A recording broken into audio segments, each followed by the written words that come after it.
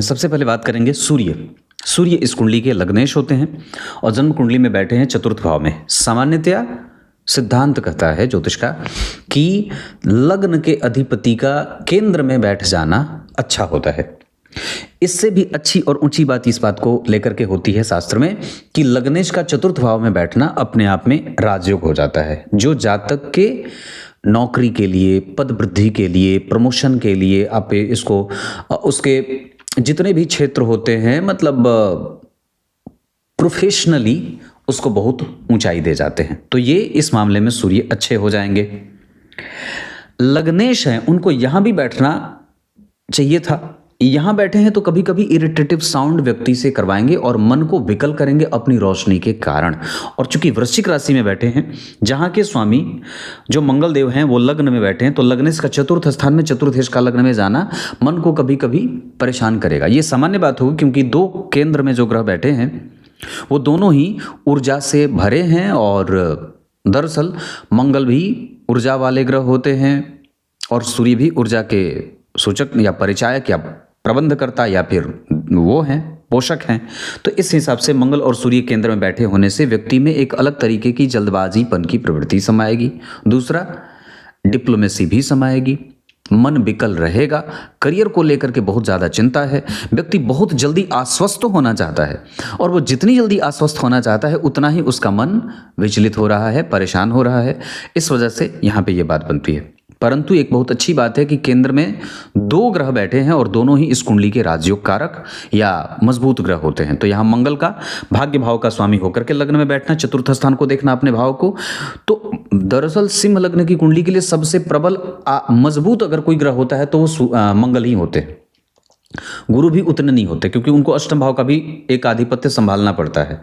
लेकिन मंगल को कहीं पे दोष नहीं लगता है, इस वजह से इस कुंडली के लिए मंगल अच्छे हो गए। तो जन्म कुंडली में सूर्य और मंगल का जो परिवर्तन होगा, अर्थात यहां सोचिए तो नवम भाव और पंचम भाव या नवम भाव या चतुर्थ भाव या नवम भाव या लग्न भाव के स्वामी का संबंध आपस में बन जाए परिवर्तन का, तो ये जातक के लिए अत्यंत ही नहीं अत्यंत श्रेष्ठ बात होगी। ऊपर से दूसरी सबसे अच्छी बात होगी कि भाग्य भाव पे और लग्न भाव पे दोनों ही जगह पे गुरु की दृष्टि है। तो इस हिसाब से ये दूसरी सबसे अच्छी और उत्तम बात हो जाएगी कि गुरु स्वग्रही बैठ करके हंस योग लगा रहे हैं, मंगल लग्न में बैठ करके एक अत्यंत भाग्यशाली योग लगा रहे हैं और जन्म कुंडली में लग्नेश का चतुर्थ भाव में मंगल के साथ परिवर्तन कर देना परिवर्तन नामक महान राजयोग बनेगा। इसके अतिरिक्त जन्म कुंडली में धन भाव में चंद्रमा का बैठना महाधनी योग बनाएगा और तीसरे भाव में शुक्र का बैठना महाभाग्यशाली योग बनाएगा। तीसरे भाव में शुक्र का बैठना और जन्म कुंडली में दशम भाव के स्वामी होकर के स्वग्रही बैठने से इस बात का संकेत मिलेगा कि जातक अपने माता और अपने पिता के भार को जल्दी समाप्त करना चाहता है, भार वहन करने की क्षमता रखने वाला है। और दूसरा कि वो किसी भी तरीके से बहुत ज्यादा देर तक किसी के ऊपर भारित नहीं रहेगा, वो किसी के सामने हाथ नहीं फैलाएगा। और भाग्यशाली होने के साथ साथ, क्योंकि शुक्र की दृष्टि जब कभी भी भाग्य भाव पे जाएगी तो व्यक्ति को भाग्यशाली बनाएंगे। नवम भाव के स्वामी का लग्न में आना, गुरु का प्रभाव जन्म कुंडली के नवम और लग्न से, ये अत्यंत भाग्यशाली या अत्यंत श्रेष्ठ राजयोग यहां भी बन जाएगा।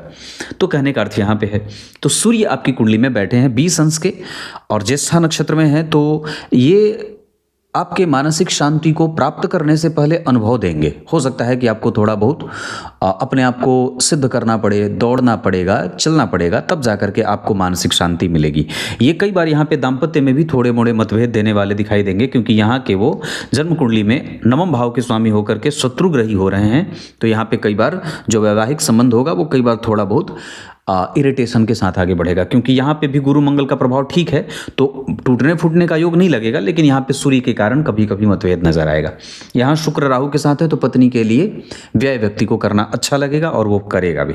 यहाँ पे बुध और चंद्रमा बैठे हैं तो दाम्पत्य को बहुत अच्छा नेचर देंगे और पत्नी को प्रेम करने वाला, पत्नी के पीछे पीछे घूमने वाला या पत्नी को तवज्जो देने वाला, उनके नाराज और खुश होने में खुश और नाराज हो जाने वाला है, ऐसा बना देंगे। और दरअसल एक वक्त के बाद व्यक्ति पत्नी के पूरे तरीके से गिरफ्त में चला जाता है या पत्नी की बातों को काटने की हिम्मत भी नहीं होती है, ऐसा भी हो जाता है।